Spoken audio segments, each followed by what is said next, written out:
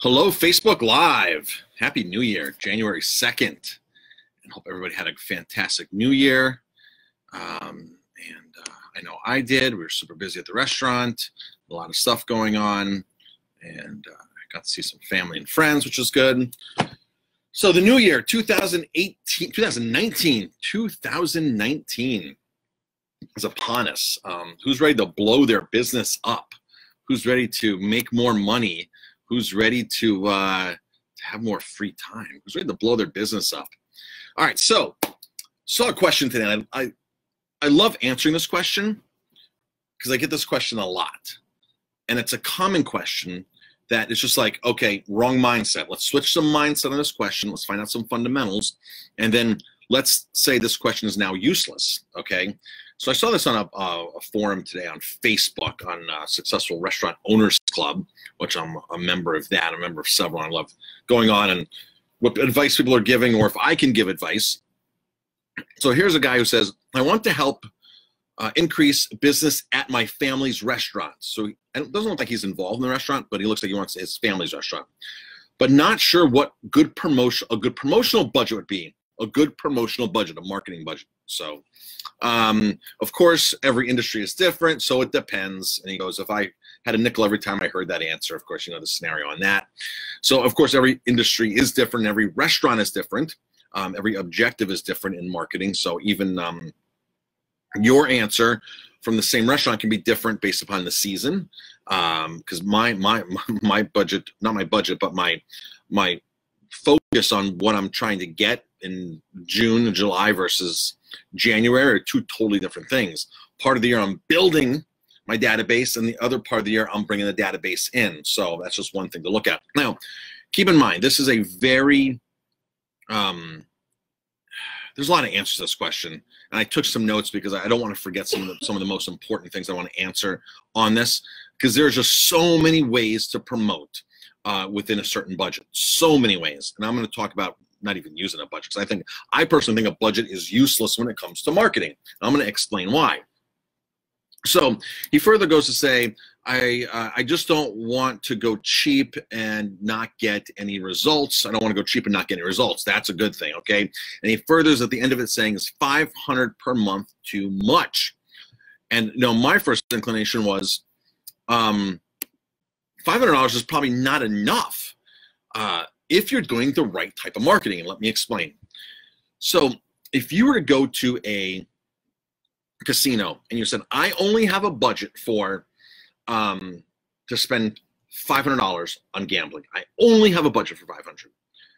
And if you go to a slot machine and every time you put $1 in, if you get back $5 every single time, and it's a guaranteed because you've analyzed it and you know what's going on, and if that's the situation, you get $5 back, would you stop at $500? No, you wouldn't, because if it was a guaranteed return, you would say, okay, let me do more. Let me put more in. So that's how that works. So this is how your budgeting works. That's how you have to have the mentality for budgeting. The more you put in, if it's analyzed properly, your return on investment, you don't want to stop. You want to keep going and going and going. Because if $500 gave you $1,000 or $2,500 or $5,000, would you say, okay, I'm done making $5,000 for the month. Let me not reinvest part of that $5,000, take $500 and make another $5,000. See, that's how this works. You're building, you know, marketing is almost like an asset. How I look at it is, you want to, if it's working, you want to keep building because it truly is an asset to you because it's bringing in revenue, and revenue is cash, and cash is an asset, right? So you have to look at your marketing as an asset. You want to do what's working and not do what's not working. So look at your ROIs on what you're doing. Now, certain things you're not going to do ROIs, let's face it, like Facebook, things like that. It's hard to do a post, a non-paid post, and say, well, this didn't bring in any business. Don't confuse social media, is what I'm trying to say, with a marketing budget and doing things. You have to do certain things on social media regardless. You have to post things. You have to engage in people. You have to pay somebody or do that yourself. Time needs to go to social media management and things like that. So, but that's not part of your that's not part of your real marketing budget. So here we go. All right. So you have several different types of guests in your restaurant. You have guests that are already your guests that have been coming to you, and they've been coming to you for a year, for 10 years, or maybe they've just visited you one time. Now, these guests are in the fast lane. These people are in the fast lane and they like your product, they've been in, and they're there, okay? This type of promotion, this type of guest, you promote differently to a type of guest that's never been in your doors. They've never heard of you, have never seen you. If they don't know who you are, you promote differently to these two groups. You have fast lane and you have people on the sidewalk. These people are just strolling along and they're not knowing you're there. People in the fast lane are driving to you. They know where you are and they know about you. Two types of customers, fast lane, sidewalk. So both this gets totally different promotions. By the way, I talk about these type of things in my book, 50 Mistakes That Business Owners Make, 50 Mistakes to Avoid.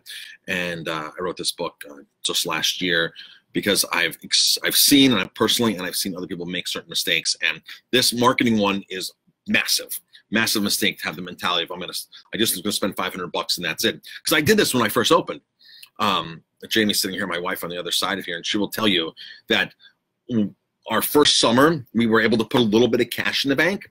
And I said to myself, let's take that money and market. And I didn't know I was doing marketing then. I just placed ads in magazines, and the ads were $500 a shot, $1,000 a shot. I was like, yeah, let me just place ads and put them out there.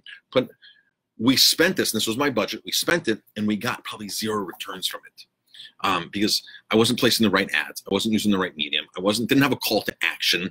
I barely had a database at that point. I did have a database, but I should have been putting money into the database. And it wasn't until a full year in, and we were out of money for ads. We were like, okay, we have no more money to place in ads in these beautiful laid out magazines, food magazines and stuff in the Hudson Valley. As a last attempt, I sent an email out. We only sent the email out. Jamie, how many people do we have on our database at last? Like 250 people our first year. We were just barely collecting email addresses. We sent out an email and said we were going to place an ad this month. And really we weren't, because I didn't have the money to it. We were broke. It was January, super slow. We were going to place an ad this month, but instead of us spending $250 on an ad, we decided to give you $250 worth of free food. If you reply to this email, we will send you a $25 gift card on us. Of course, it was $25, $15, and $10 off the purchase of 2 entrees, depending upon what night it was. And of course, $25 was very aggressive.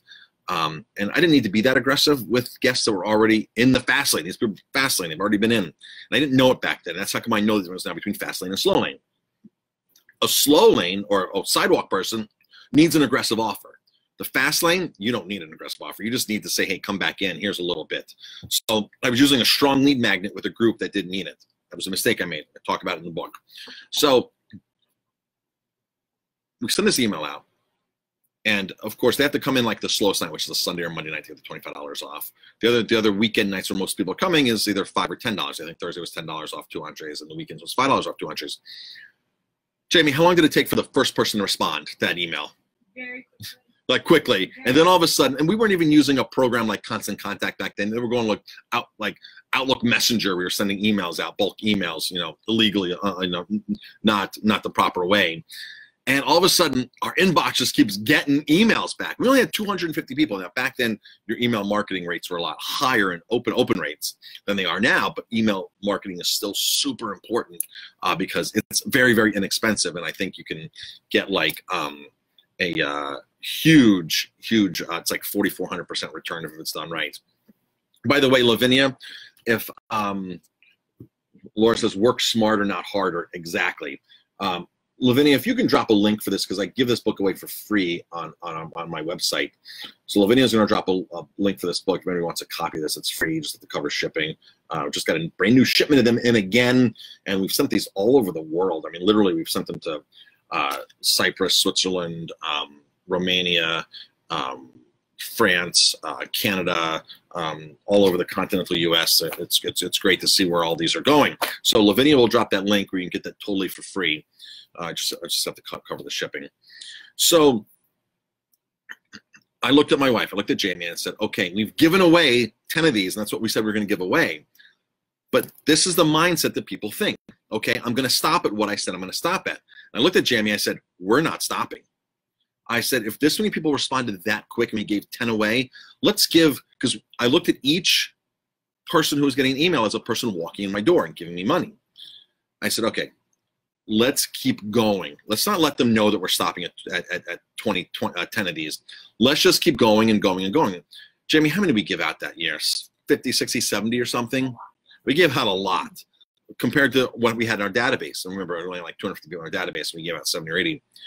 That January was gangbusters. People were coming in and using those cards like crazy. We called it our anniversary gift card, gift to you for our anniversary.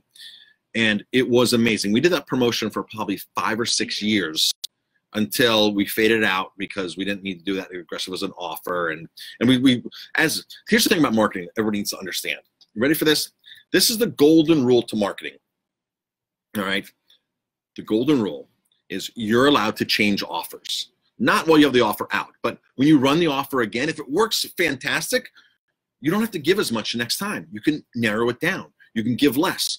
That's the golden rule, is you want to keep adjusting as you're going. Now, I've done promotions where it's not gotten any return or not as much return. I said, okay, maybe I didn't offer enough. Let me test it again and put it out there with a better offer for what I think is better. When you continue to do the offers, that you don't get as much response each year as well. Jamie's saying when you keep continuing to do it, sometimes the offer just fades out.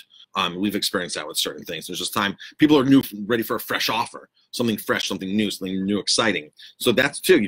That's the golden rule, is you can change up your marketing to keep testing and testing and testing.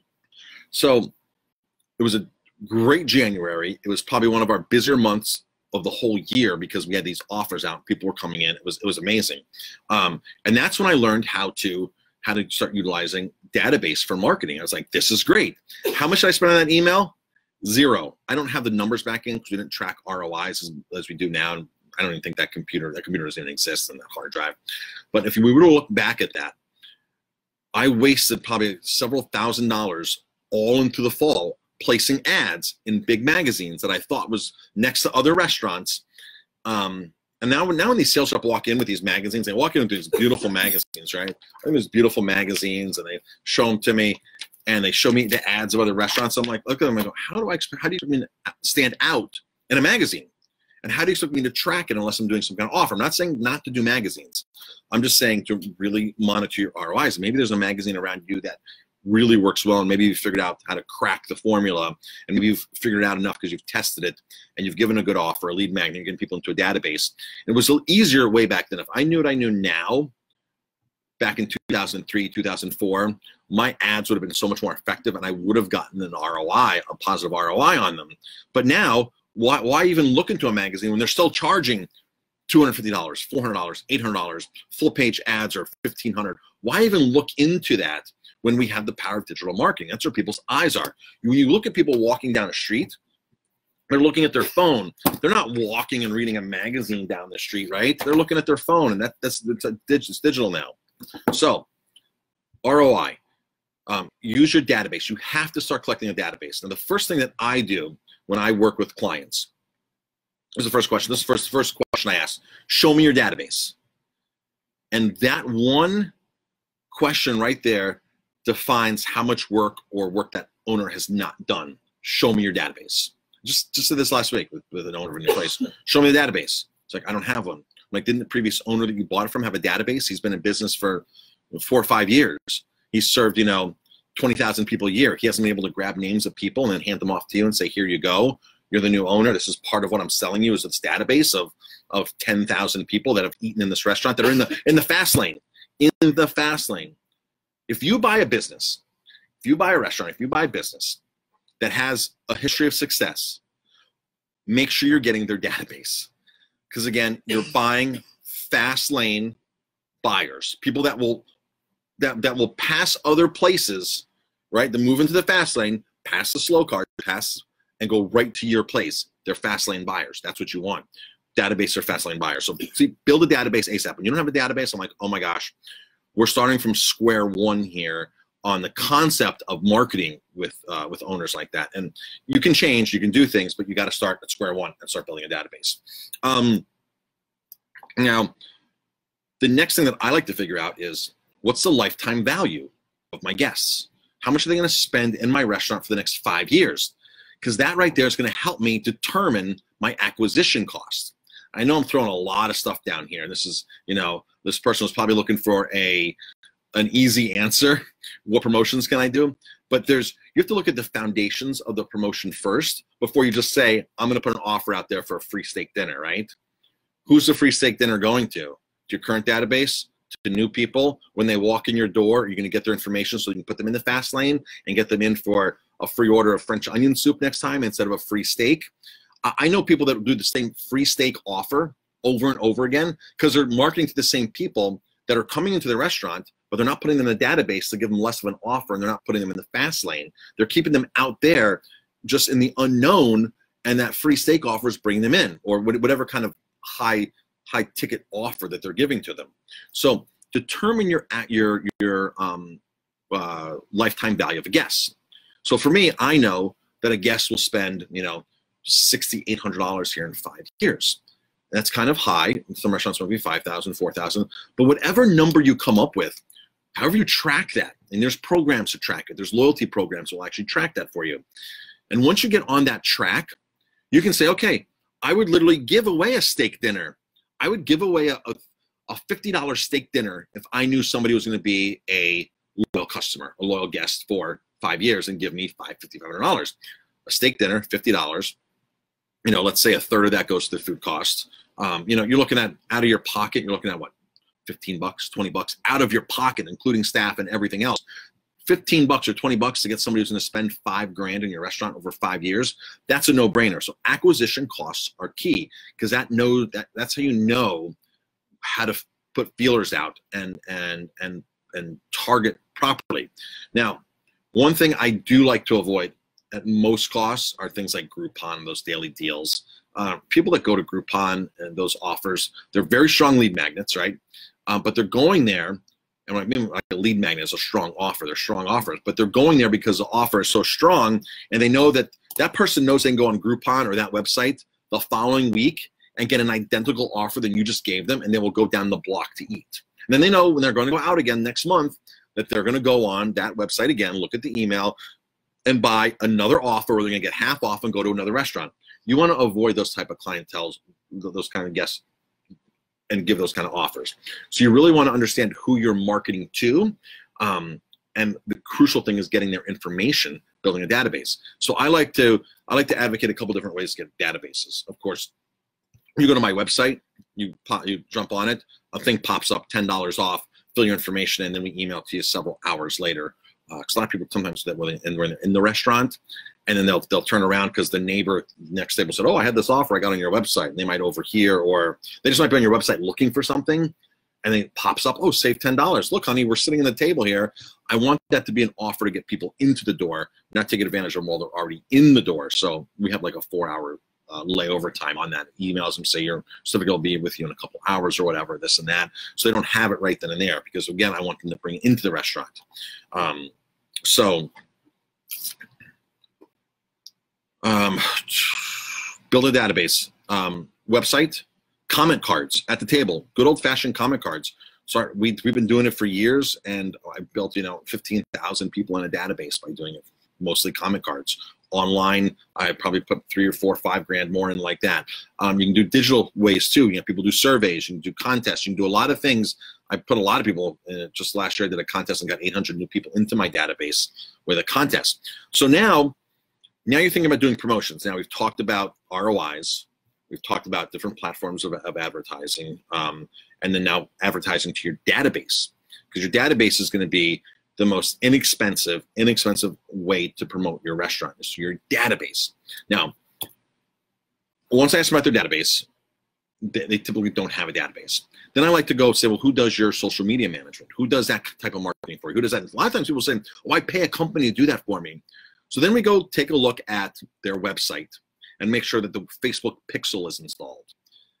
And I got to tell you, when people are paying people to do these companies that are doing Facebook ads and stuff like that, a lot of times the Facebook pixel is not installed. And what a pixel is, it's the coding that your Facebook fan page gives you, then to embed in your website. And this is the scenario I like to use. And this is retargeting at its best. This is really retargeting at its best. Like if you go online and you search Zappos for shoes, and then all of a sudden the next time you go on Facebook, that Zappos ad pops up, and you're like, how did they know I was looking for Zappos? Like, how did I know I was looking for those shoes or the scarf or whatever, this guitar? That's because the website you visited has this Facebook coding. And the coding, then the company can take that coding and say, okay, anybody's come to our Facebook fan page, let's advertise them again. It's called retargeting. Now, retargeting, you don't need it as an aggressive offer because they're not fast lane, they're not sidewalk, they're driving, right? They're driving because they're actively looking. They're driving. They haven't bought yet, but they're actively driving and looking. So they're in the middle. So now you know how to target these people. They've been to your website. They're familiar with you. You can give them. So if you're marketing like to get people in the door, and you let's say you wanted to give a gift card, a free gift card. Let's monetary values, a certain dollar value off of 2 entrees. Your fast lane, you'd give them $5 off of 2 entrees because they've been in, they trust you, they've been in, you've been communicating with them. Somebody in the middle lane that they're driving, $10 off 2 entrees. And of course, everybody's price point is different, right? But I'm just using this as an example. People who are in the sidewalk, who have never heard of you, have never seen you, who are scrolling through Facebook and happen to see an ad out there, be like, oh, what's this restaurant about? You need to make that a higher offer. So $5, $10, $15. Okay? Fast lane, slow lane, sidewalk. 3 different offers, 3 different clienteles, 3 different guests. And this goes with most businesses, folks. This is universal stuff that works across the board. So retargeting is key. So now you want it, everybody who's been to your website, and this is why when I see companies, I see businesses, I see restaurants that don't have a regular website. They go, oh, we don't have a regular, our website is www.facebook.com/ I'm like, you gotta be kidding me. You need a website. And this is the prime example why you need a website for that Facebook pixel to track. There's a reason why Zappos just doesn't have a Facebook fan page. There's a reason why these big companies just don't have a Facebook fan page. You need a fan page, but you need your website to be able to gather people's information. You can do YouTube coding. YouTube has a pixel. So you can do pop-ups on your website. If somebody's been in my email database and they go to my website, a pop-up comes up because I know what they're doing. And here's the cool thing. Once your website is cool and functional and you put your Google Analytics in it, Google tracks where everybody goes on your Facebook page.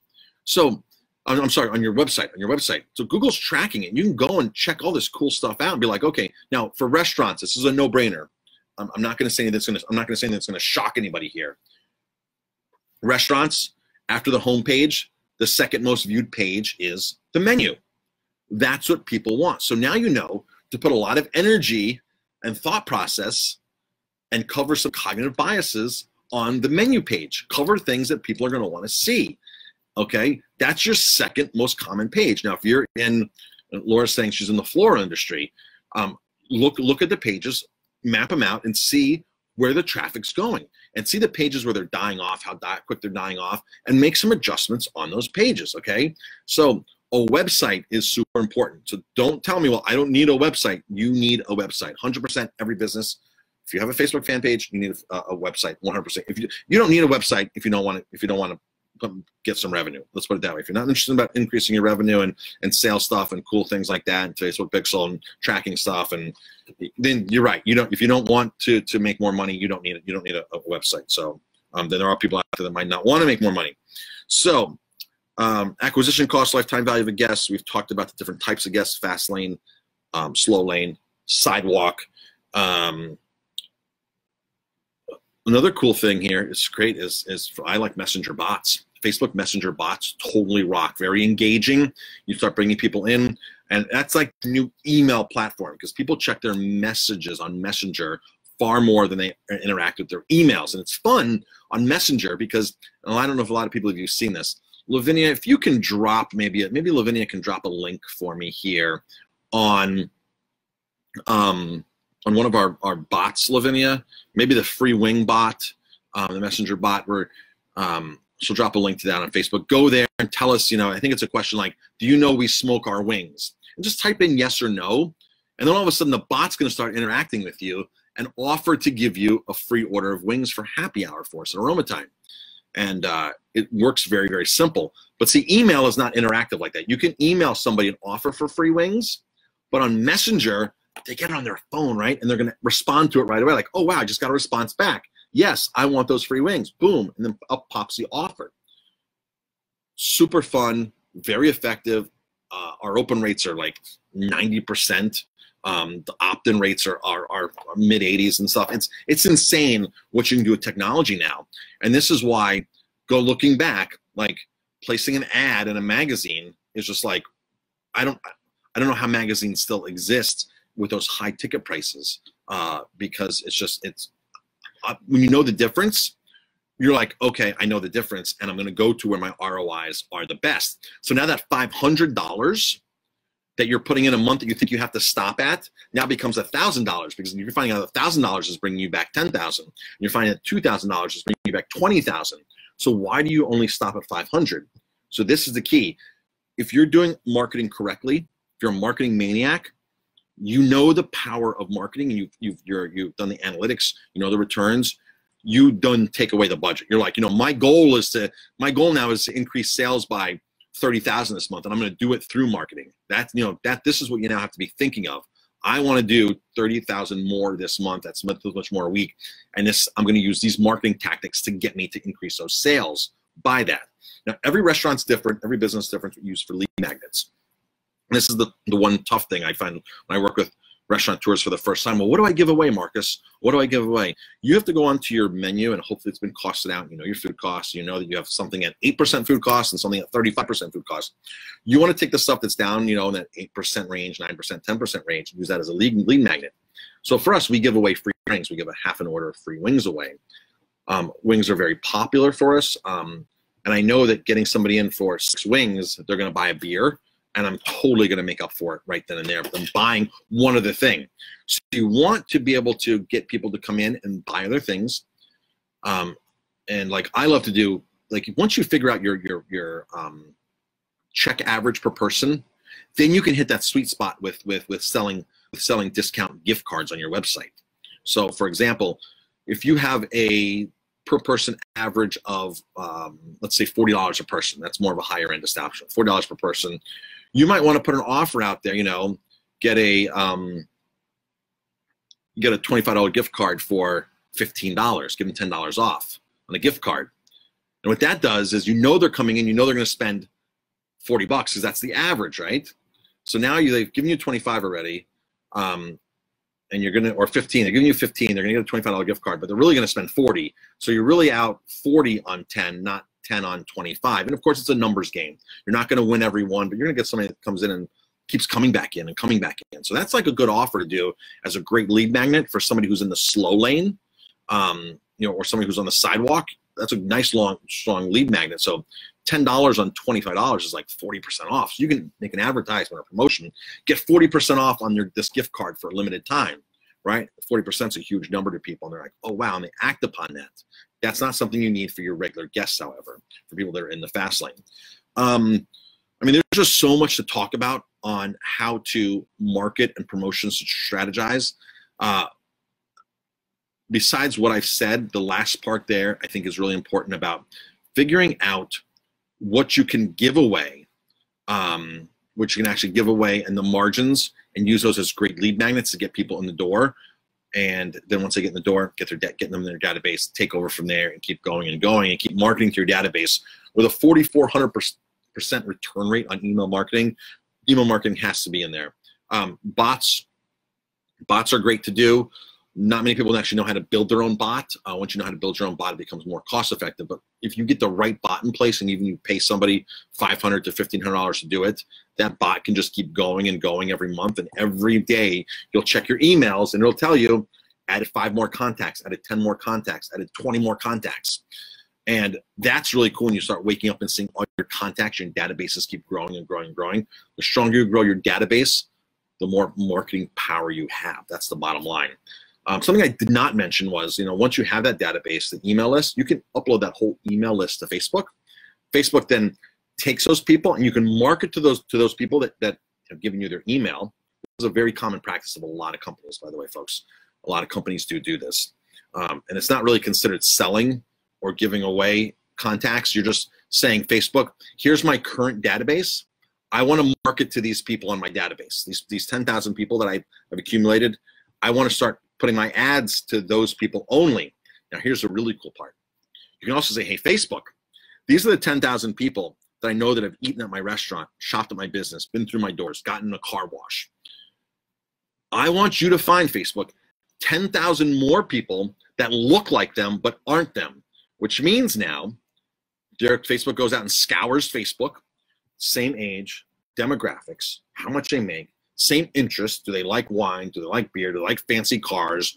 You know, and compiles all that together and then markets to people that look like your current audience. And that is an amazing way to get new people into your pipeline. New people into your pipeline means you're taking somebody from the sidewalk and putting them in the slow lane or hopefully putting them into the fast lane. That's what that means. Remember, you want fast lane customers and you want to do smaller offers to them. And you just have, like I said, you have to think about this whole thing and build the foundation, build the objective, and then go from there. I love talking marketing. Hopefully you can tell that I'm pretty passionate. I consider myself a marketing maniac because marketing is really the way that we run our business. All of us run our businesses via marketing.